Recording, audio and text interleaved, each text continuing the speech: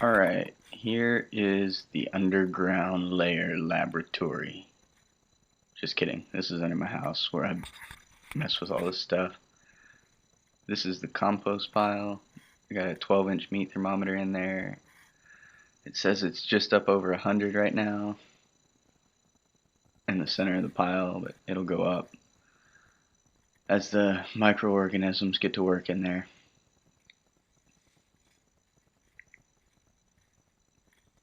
This is the worm hotel, the worm bin where I keep some red wigglers. Started off with 2,000, and that was about 3 months ago, and they double every 3 months, so this is a guess, but somewhere around 5,000 in there, and we just feed them food that comes from the compost bin in the kitchen. This is the future home of some European red wigglers. Diversify my portfolio. You gotta diversify, son. Alright, here's the aquaponics. This is the drainage pipe. Believe it or not, that shape actually helps the bell siphon instead of just draining straight out of the bottom. The drainage pipe angled at that angle helps to create a vacuum, and it helps to break the vacuum as well. And right now we have a glass vase serving as our siphon housing, our bell housing. This is the tube that the PVC that drains into the garden. This is an overflow box I built.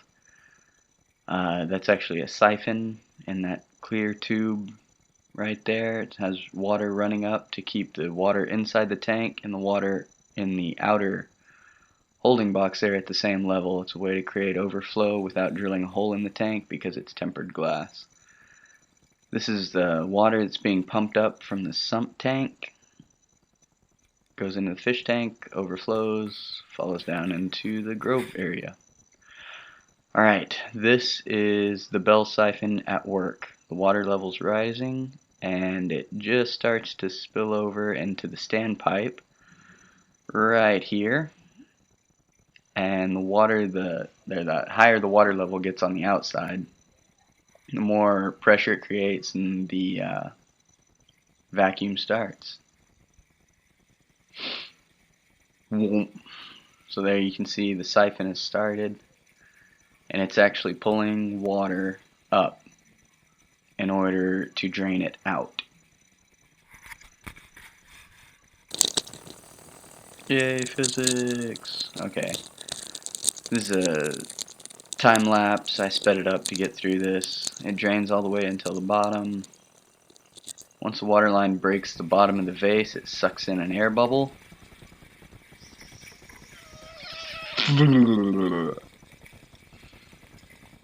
That equalizes the air pressure in there, and you can actually see a bubble come up from the drainage pipe to, whop, there it goes, to break the final vacuum. After that, the water still running into the tank starts refilling until it gets up to the standpipe again, and the whole procedure starts over. Bada bing, bada boom. Here's some silly character making some adjustments. The standpipe in the garden bed was a little bit high. It was letting the water level come all the way up to the rocks, so here we're going to make a little adjustment, shorten our standpipe a little bit, and keep the water level a little bit lower in the grow bed.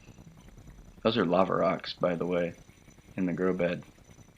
They have a lot of surface area, and they're fairly neutral. They support a lot of microbial life. The more microbes you have in there breaking down ammonia, the better. The more nitrites and nitrates you're going to get. So lava rocks are a good choice. They're fairly light, pretty cheap, like $3 for a bag or something, 40-pound bag. Anyways, trim.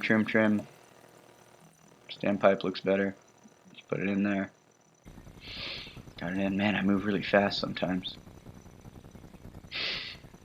Alright, this is the bell housing. This goes around the standpipe. It's got cuts in the bottom of it to mark and allow air to get in once it's drained as much as we want it to drain. Don't want it to drain all the way to the bottom because it'd be hard to get an air bubble through a seal like that too. Anyways, this is the media barrier. It's got holes drilled in it. It's 3-inch PVC. It fits over the bell housing. It just keeps the lava rocks from butting up against those slits that we saw cut in the bell housing. This is a shot of how it works without the vase. Water gets up to the standpipe, pressure's created, vacuum's created, and it pulls water down until it hits an air bubble, or the water gets low enough to jump in. The water gets low enough so air can jump in through those slits, and it breaks the vacuum. And then the cycle starts over. Ebb and flow, to and fro. That is what aquaponics do. Singer, yeah!